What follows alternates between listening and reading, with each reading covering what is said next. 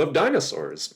I love dinosaur movies, I love drawing dinosaurs as a kid, I still love drawing dinosaurs now, and I'm gonna draw some dinosaurs today, kind of, sort of, in a way, and I hope you'll enjoy. When it comes to dinosaur movies, in the pre-CG era, of course, there were a lot of different techniques used to bring dinosaurs to the big screen, and a lot of those techniques, their quality varied. Now, I think it's safe to say the majority of us old-time dinosaur fans, the technique we loved seeing the most to bring them to life in the movies was stop motion. Animators along the likes of Willis O'Brien, Ray Harryhausen, Jim Danforth, and all those guys, they were the ones who made the dinosaurs seem so real. And now there were other methods too, and their quality kind of varied all over the place. Guys in suits could work sometimes, the likes of The Land Unknown, The Last Dinosaur, and even more forgiving, the quality of The Unknown Island dinosaurs. Puppets could be used to good effect too. I'm thinking of The Land That Time Forgot. But of course, the one effect that I think most all of us dinosaur fans hated the most, the slurpasaurs. Now, what is a slurpasaur? It's a fan term used for a very unrealistic, unethical effect where an everyday animal, typically a lizard, is shot close up and tried to pass off as a giant creature. Usually these were lizards, sometimes they were alligators, there were other sorts of creatures too, but more often than not it was just like, lizards that you could find at a pet store. They never, ever worked. Never. I can't think of any viewer, any child who would have seen an iguana on the big screen and thought, "Oh wow, it's a Tyrannosaurus!"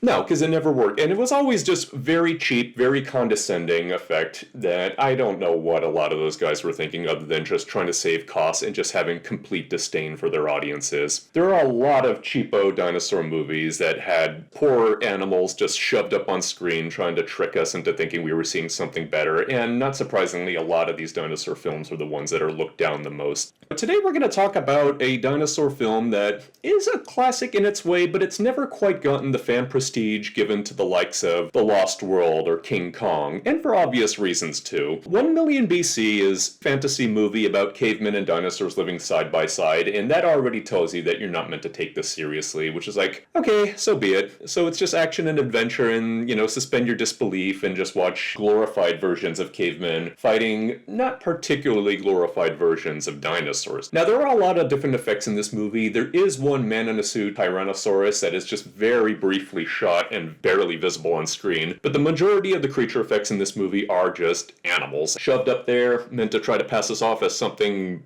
more exotic, and it doesn't work. The closest thing to an animal effect in this movie that does sort of work are the mammoths, which were just Indian elephants covered in bear skins. I don't think the elephants were happy about that, and I definitely know the bears were not happy about that. But getting to the most infamous effects are the reptiles, meant to play our dinosaurs. What we're drawing today is the infamous fight scene between the alligator or the caiman, which I guess is supposed to be a Dimetrodon, maybe it's a Spinosaurus, fighting another lizard, which is supposed to be, let's face it, it's just a big lizard. They didn't even try to convince us it was anything otherwise. Those of you guys who have watched a lot of old dinosaur movies and jungle movies, things like that, you know this fight. You've seen this fight recycled in many other movies. You saw it in the craptacular The Two Lost Worlds. You saw it in the awesome Robot Monster, for no real reason it's in there. And it probably showed up in a lot of other different places too. It was even sort of remade practically in a couple of other movies, King Dinosaur among them, and also the Irwin Allen remake of The Lost World.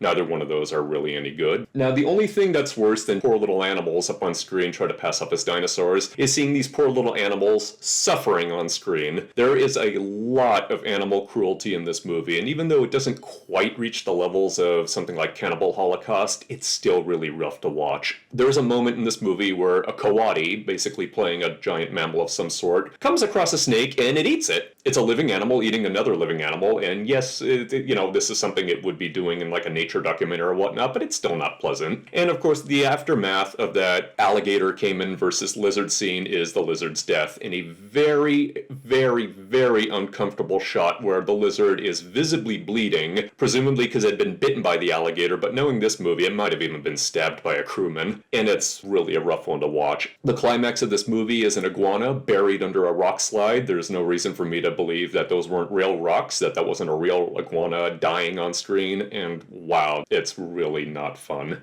So with that said, do I recommend 1 Million BC? First and foremost, it loses a lot of points for animal cruelty just because there's really no justification for that. Is there anything to enjoy about this film? If you suspend your disbelief, there's some fun stuff going on. It is interesting to see this era of cinema and just, what they thought of prehistory and all that stuff too. So I can't entirely dismiss this movie, but there's not a hell of a lot to keep too many people coming back to it, which I think is the reason why it was unavailable on like DVD or Blu-ray for a very long time, because I guess they were wondering, well, how anxious are people these days to see an iguana with rubber spikes on it getting horribly maimed? There you go, that's 1 million BC. Like it or love it, or say a prayer for the little reptiles. When it comes to this story with this movie, the second time's the charm, so join us next week.